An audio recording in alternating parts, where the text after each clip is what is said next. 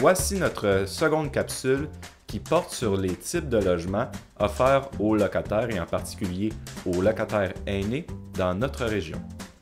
Comme d'habitude, nous remercions chaleureusement le gouvernement du Québec pour sa contribution financière qui a rendu la création et la réalisation de ces ateliers possibles. Le plan pour cette capsule, c'est de commencer par avoir une discussion sur les besoins auxquels nous devons penser avant de déménager, avant de choisir un nouveau logement.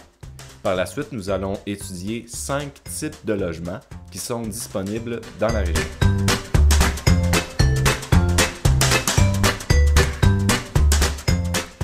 Jetons maintenant un coup d'œil aux besoins auxquels notre logement peut répondre. Ça peut avoir l'air de rien, ça peut avoir l'air banal, on peut même avoir l'impression de connaître tous nos besoins par cœur, mais en réalité, ça vaut la peine de prendre le temps d'y penser. C'est un exercice qu'on peut faire avec nos proches ou avec des personnes de confiance, de façon à avoir un point de vue externe, une perspective différente sur ce qu'on vit. Rappelez-vous d'ailleurs qu'en vieillissant, nos besoins peuvent être appelés à changer rapidement. Notre état de santé pourrait évoluer à l'intérieur d'une période de 10 ans, bien sûr, mais aussi de 1 an ou même de quelques mois. La première chose à laquelle on doit penser, c'est à notre budget, à nos finances. Quel loyer est-il raisonnable de payer dans notre situation? Il faut savoir que l'objectif qui est recommandé pour avoir une bonne santé financière, c'est de consacrer environ de 25 à 30 % de nos revenus totaux au loyer.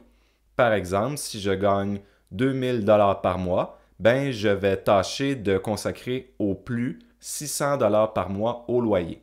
Malheureusement, avec la montée des loyers, c'est un objectif qui est de plus en plus difficile à atteindre. Pourtant, c'est vraiment celui-là qu'on doit viser. Si notre loyer prend plus que 30 % de nos revenus, ça peut devenir difficile de combler d'autres besoins, par exemple le coût des médicaments, l'alimentation, les transports, etc. Il faut donc faire bien attention.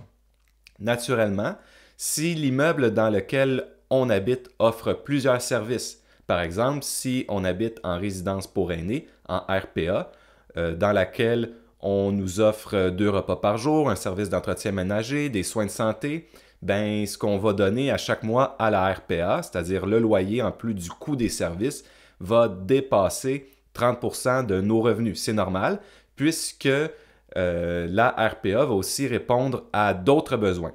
Malgré tout, il va falloir quand même se garder un certain coussin, puisque même si on demeure dans une RPA qui répond à plusieurs de nos besoins, on va avoir des dépenses à faire à l'extérieur. La deuxième chose à laquelle il faut penser, c'est à nos besoins en termes d'assistance. En fait, il y a 3 questions qu'on peut se poser pour y voir plus clair. La première est: quelles sont les tâches que j'ai encore envie, que j'ai encore la motivation d'accomplir? La deuxième question est: quelles sont les tâches que je suis encore en mesure de faire? Et la troisième question est: s'il y a des tâches que je n'ai plus envie de faire ou que je ne suis plus capable de faire, qui peut m'aider? Qui peut les faire pour moi? Par exemple, si j'ai plus envie de faire le souper à tous les jours, comment est-ce que je peux répondre à mon besoin essentiel de me nourrir? Même chose pour le ménage ou des soins qui doivent nous être donnés. La réponse à toutes ces questions va nous éclairer notamment sur le lieu où pourrait se situer notre futur logement. Par exemple, est-ce que je veux qu'il soit proche d'organismes communautaires qui peuvent me donner des services? Est-ce que je veux qu'il soit proche de membres de ma famille ou d'amis sur lesquels je sais que je peux compter pour avoir de l'aide? Troisième chose à laquelle il faut réfléchir, c'est à nos besoins en termes de transport. Est-ce que j'ai toujours besoin de mon véhicule? Est-ce que ce ne serait pas meilleur marché pour moi de ne plus avoir de véhicule et de dorénavant me déplacer en taxi ou en transport en commun? Selon le lieu où se trouve mon logement, est-ce que c'est réaliste de penser pouvoir me déplacer en transport en commun?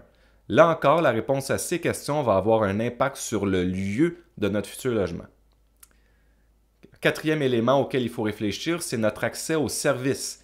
Aller à l'épicerie, à la pharmacie, au dépanneur, c'est des activités évidemment qui répondent à des besoins essentiels, mais ce sont aussi des occasions de rencontre. Même chose pour notre accès à des soins de santé ou à des activités organisées par des organismes communautaires. Qu'arrive-t-il si on n'est plus en mesure de se déplacer, de conduire pour avoir accès au commerce le plus près qui, dans certaines situations, pourrait être situé à plusieurs kilomètres? Quel est mon plan B ou même mon plan C? Quel service pourrait pallier à un handicap m'empêchant, par exemple, de faire mes courses par moi-même? Le cinquième élément sur lequel j'aimerais attirer votre attention, c'est sur nos valeurs, notre mode de vie. Si vous avez été locataire longtemps, vous savez que différents logements peuvent avoir différents règlements. Par exemple, un logement pourrait interdire d'avoir des animaux alors que le logement voisin le permettrait. Ou encore, un logement pourrait permettre d'avoir un barbecue sur le balcon alors que le logement voisin l'interdirait. C'est à vous de savoir quel type de règlement va correspondre à vos valeurs et à votre mode de vie. Et aussi, avant de choisir un nouveau logement, il faut savoir sur quoi on est prêt à faire des compromis et sur quoi nous ne sommes pas prêts à faire des compromis. C'est pas après avoir déménagé ou quelques mois après s'être installé dans un logement qu'on veut se rendre compte sur le tard qu'on regrette d'être dans un logement qui interdit d'avoir des animaux. On veut y penser d'avance pour éviter de faire des erreurs, de se retrouver dans une situation qui ne nous convient pas et d'avoir à déménager à nouveau. Nous allons maintenant regarder 5 types de logements qui sont offerts dans la région et on va commencer avec ce qui est sans doute l'option la plus répandue, c'est-à-dire le logement privé. Qu'est-ce que je veux dire par logement privé? Je parle ici de logements qui appartiennent à une personne, un groupe de personnes ou à une entreprise et qui louent ce logement ou ces logements dans le but de faire du profit. C'est une offre très diversifiée, très variée. On pourrait louer une maison, on pourrait louer un logement dans un duplex ou un triplex, on pourrait louer un appartement dans un bloc appartement ou encore on pourrait louer une chambre. Il y a quelques petits éléments que j'aimerais apporter à votre attention. Comme je l'ai dit, votre propriétaire pourrait être une personne, un groupe de personnes ou encore une grande entreprise. Dans un extrême, on pourrait dire, il y a la grande entreprise qui possède des centaines, voire des milliers de logements. À ce moment-là, votre relation avec votre propriétaire va surtout se faire par le biais d'un gestionnaire ou encore du concierge de votre immeuble. À l'autre bout, à l'autre extrême, on pourrait avoir un propriétaire occupant, c'est-à-dire par exemple louer l'étage d'un duplex alors que le propriétaire, lui, habite au rez-de-chaussée. Selon la situation dans laquelle vous vous trouvez, vous aurez une relation différente avec votre propriétaire. Je ne suis pas en train de dire qu'il y a une option qui est meilleure qu'une autre, mais c'est une chose qu'il faut garder en tête. Aussi, le logement privé, comme il est très diversifié, il est pour tout le monde. Il répond à différents types de besoins. Le revers de la médaille, si je peux dire, c'est que le logement privé n'est pas non plus obligé de répondre à des besoins particuliers. Par exemple, si vous êtes à la recherche d'un logement privé adapté aux besoins d'une personne vivant avec un handicap physique, il n'y a rien qui garantit que vous allez trouver facilement quelque chose qui répond à vos besoins. Même chose si, par exemple, vous recherchez un logement qui pourrait répondre aux besoins d'une personne vieillissante. Donc oui, c'est pour tout le monde le logement privé, mais si on a des besoins particuliers, ça peut être un peu plus difficile d'y répondre. Comme je l'ai dit, c'est l'option la plus répandue avec une offre assez diversifiée. Vous pourriez louer une maison à la campagne ou louer un appartement au centre-ville ou au centre du village. Se pose donc la question de la proximité des services. Selon vos besoins, vous pouvez regarder pour un logement privé plus près des services ou un peu plus loin des services. Et enfin, j'en ai déjà glissé un mot dans la partie sur les besoins, mais différents logements peuvent avoir différents règlements et c'est d'autant plus vrai dans le monde du logement privé. Vous pourriez avoir accès à une cour, avoir accès à un stationnement, vous pourriez avoir droit à des animaux ou pas, avoir un balcon, l'électricité pourrait être inclus dans le loyer, etc., etc. Les possibilités sont presque infinies. Avant de signer un bail, de déménager, de s'engager, il faut réfléchir à quelles conditions nous conviendraient, puis trouver un logement qui y corresponde. Le deuxième type de logement dont j'aimerais vous parler, c'est des habitations à loyer modique, les HLM. Les HLM sont gérées par des entités publiques, en général les villes, et elles s'adressent aux personnes à faible revenu. Quand on a une place en HLM, on peut consacrer 25% de nos revenus au loyer. Le loyer est donc modulé selon nos revenus. Pour avoir une place en HLM, il faut faire une demande auprès de l'Office municipal d'habitation, l'OMH, qui gère les HLM près de chez nous. Si on est qualifié, malheureusement, en général, il va falloir attendre plusieurs années avant qu'un logement ne se libère. Par contre, il existe des catégories de HLM qui sont réservées aux personnes aînées, ce qui fait en sorte que dans cette situation-là, le temps d'attente peut être un peu moins long. Les critères d'admissibilité peuvent varier d'un OMH à un autre. Il existe donc des critères locaux ou régionaux. Une chose, en fait, deux critères qui vont revenir pas mal partout, c'est qu'il faut être considéré comme vivant à faible revenu. Le seuil maximal pour être considéré comme étant à faible revenu va varier d'une région à une autre. Aussi, en général, il faut être considéré comme étant une personne autonome. Ce qu'on veut dire par là, c'est que s'il y a des besoins auxquels on n'est pas capable de répondre par soi-même, ce n'est pas l'OMH, ce n'est pas l'Office municipal d'habitation qui va y répondre. Il va falloir trouver une solution par soi-même. Par exemple, si je ne suis plus en mesure de me faire des repas, ce n'est pas l'OMH qui va pallier à la situation. Je vais devoir faire appel à des services, par exemple au service d'une coopérative d'aide à domicile ou au service d'un centre d'action bénévole qui offrirait des repas. Vous pouvez contacter l'OMH le plus près de chez vous pour avoir plus d'informations à propos des critères qui sont exigés et pour savoir si vous pourriez vous qualifier. Le troisième type de logement dont j'aimerais vous parler, c'est les résidences pour aînés, les RPA. Les RPA ont connu un fort développement ces dernières années, mais c'est un modèle qui existe depuis quand même assez longtemps. Les RPA, bien sûr, s'adressent aux personnes aînées, mais elles peuvent aussi répondre aux besoins de différentes clientèles. Par exemple, il y a des RPA pour les personnes autonomes, d'autres pour les personnes semi-autonomes, etc. On en voit souvent aussi qui offrent des services pour répondre à différents besoins. Les locataires peuvent donc être autonomes ou semi-autonomes tout en demeurant sur place. Une chose qui est bien appréciée de la part des RPA, c'est que des services et des activités sont offerts sur place. Pour ce qui est des activités, il faut faire attention à ne pas se fier seulement sur la publicité. Par exemple, ce qui est vanté, ce qui est vendu lorsqu'on visite la RPA, ce n'est pas nécessairement la même chose, c'est pas nécessairement exactement la même chose que ce qui est offert sur place. Pour avoir une meilleure idée des activités offertes, vaut mieux en parler aux résidents et aux résidentes actuelles. Pour ce qui est des services, comme je l'ai dit, ceux-ci peuvent répondre aux besoins de différentes personnes. Il faut seulement bien comprendre quels sont les services qui sont offerts et comment on les paie. Certains services peuvent être offerts selon le modèle que j'appellerais à la carte, c'est-à-dire qu'on va payer à chaque fois qu'on va s'apprévaloir. D'autres services, pour y avoir accès, il va falloir les payer sur une base mensuelle. Donc, en même temps que le loyer, il va falloir payer un montant d'argent pour avoir accès à ces services.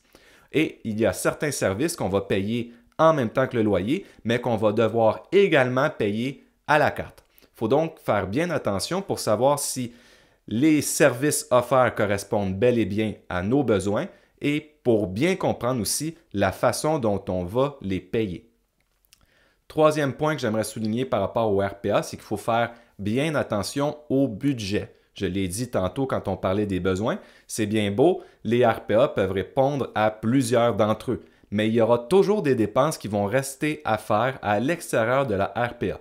Il faut garder une marge de manœuvre dans notre budget pour être capable d'assumer ces dépenses. Souvent aussi, les RPA demandent des loyers élevés et le coût des services peut être lui aussi assez élevé. Il faut faire attention à ce que toutes ces sommes que nous dépensons à chaque mois ne prennent pas tout l'espace sur notre budget, surtout si on demeure dans une résidence pour aînés qui est une construction récente. Je l'explique dans le premier atelier sur le bail, mais pour les constructions neuves, il n'y a pas de contrôle des loyers pendant les 5 premières années d'existence de cette construction. Donc, si vous déménagez dans une RPA neuve et que le loyer prend beaucoup de place sur votre budget et que vous n'êtes pas en mesure de faire face à une hausse importante du loyer, peut-être qu'après 1 an, 2 ans, 3 ans, étant donné qu'il n'y a pas de contrôle des loyers, ça va devenir plus difficile financièrement de demeurer dans cette RPA. Il faut donc être prudent. En général aussi, quand on est locataire en RPA, on a accès au crédit d'impôt pour maintien à domicile des aînés, mais celui-ci est également accessible pour tous les locataires aînés et même aussi pour les propriétaires aînés.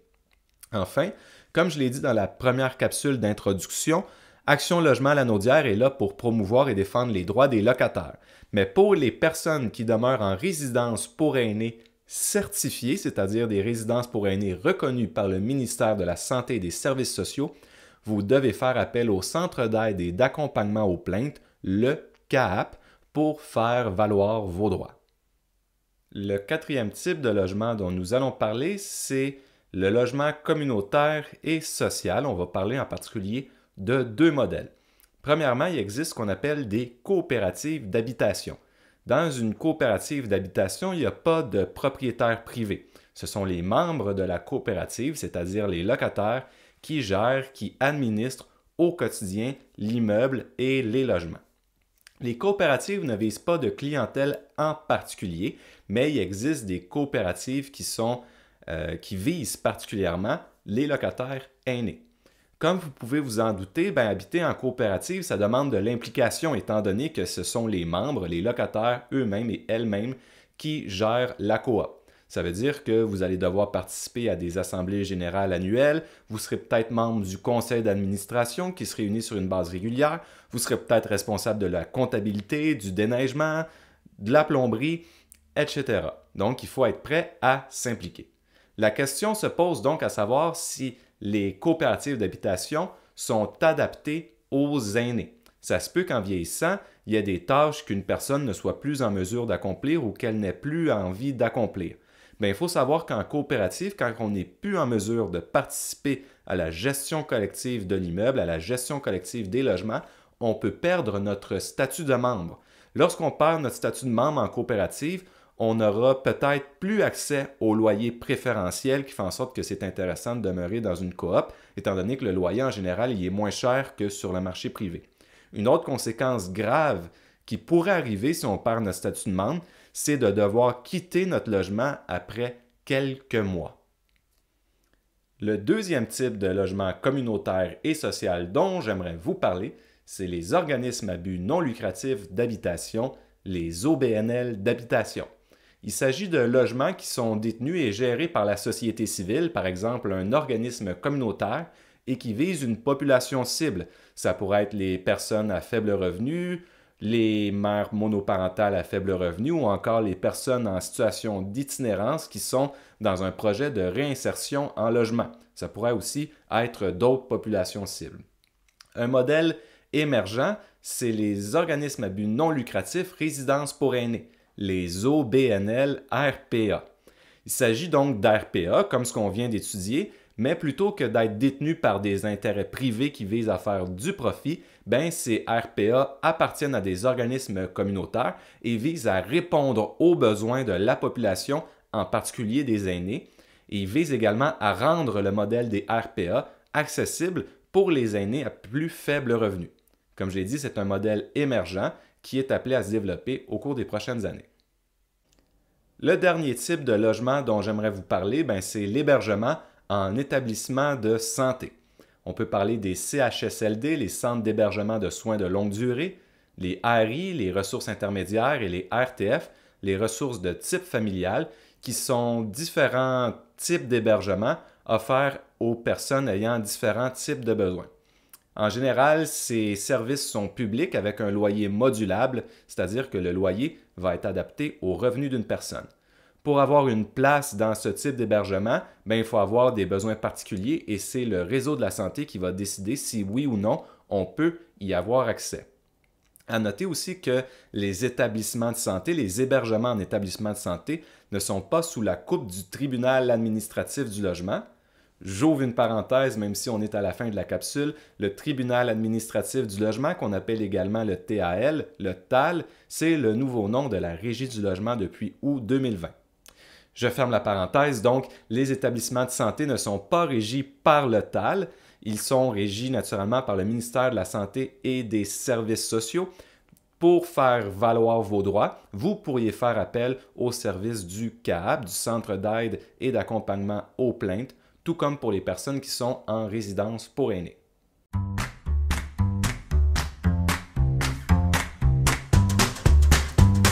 Merci d'avoir visionné notre capsule sur les types de logements. J'espère que ça a répondu à vos questions et que ça vous a donné de bons éléments de réflexion. Si vous avez des questions et que vous êtes locataire dans l'Anaudière, n'hésitez pas à nous contacter en utilisant les coordonnées affichées à l'écran. Vous pouvez également visiter notre site Internet qui contient une foule d'informations sur la loi, sur vos droits et sur vos recours en tant que locataire. Bonne chance!